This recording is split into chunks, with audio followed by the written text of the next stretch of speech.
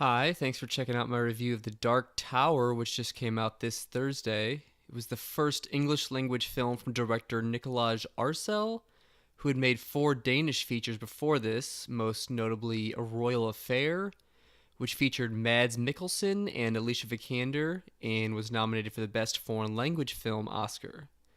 The Dark Tower was mediocre overall, so I'd give it a 5 out of 10. It was based on the Stephen King novel series of the same name, which I haven't read, but obviously I've heard they're amazing. And given how complex the books reportedly are, I can't imagine the film adaptation does them any justice. Idris Elba plays the gunslinger, and he does about as good as could be expected, but there's really not too much to his character. Likewise, Matthew McConaughey is decent as the villainous Man in Black, but he's basically a one-note character with little depth or motivation. I guess they were going for the, archetypal good and evil characters, but that's no excuse for a lack of development. Also, the Man in Black's powers are never clearly defined unless I miss something as to what he can or can't do, and sometimes his abilities seem constrained only by the plot.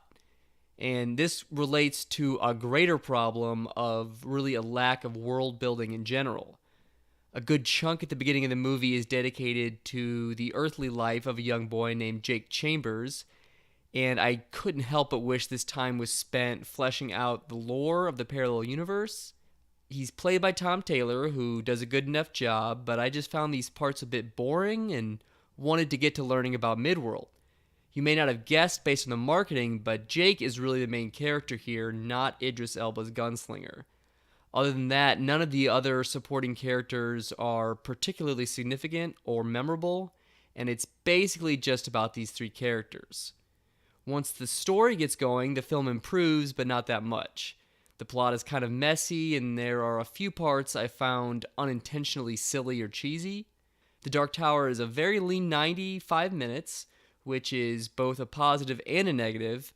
On one hand, if you're going to see a movie that isn't that good, at least it's short. But on the other hand, this movie really feels like it could have used an extra 20 or 30 minutes to expand on the characters and the mythology. The cinematography is pretty standard and inoffensive. There are some beautiful nature shots and interesting environment designs, but generally the look of the film is relatively generic. A significant flaw rests in the visual effects, as there's quite a bit of dodgy CGI, especially in the creatures, which are often shown in the dark to minimize this. None of it is glaringly terrible, but it definitely doesn't stand up to the VFX in other blockbusters that are coming out. The action sequences have a few neat ideas in them, but for the most part, they're pretty forgettable. The script is one of the movie's biggest flaws, and the dialogue is often awkward and uninteresting. Humor is attempted in a few places, but it mostly just falls flat. The Dark Tower plays it too safe and doesn't have a distinct identity. It's a shame because it really feels like there's a great movie or show that could be made from the source material.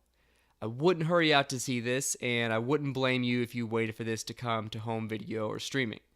The critical reviews have been pretty harsh on The Dark Tower. It has an awful Rotten Tomatoes score of 18%, with the average rating being 4.1 out of 10, and similarly, it has only a 35 out of 100 on Metacritic.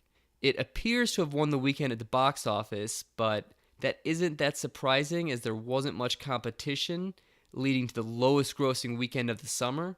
The main threat to The Dark Tower was Dunkirk, and that's already been out for 3 weekends. The only other big movie to come out at the same time was Detroit, and that's underperforming as well.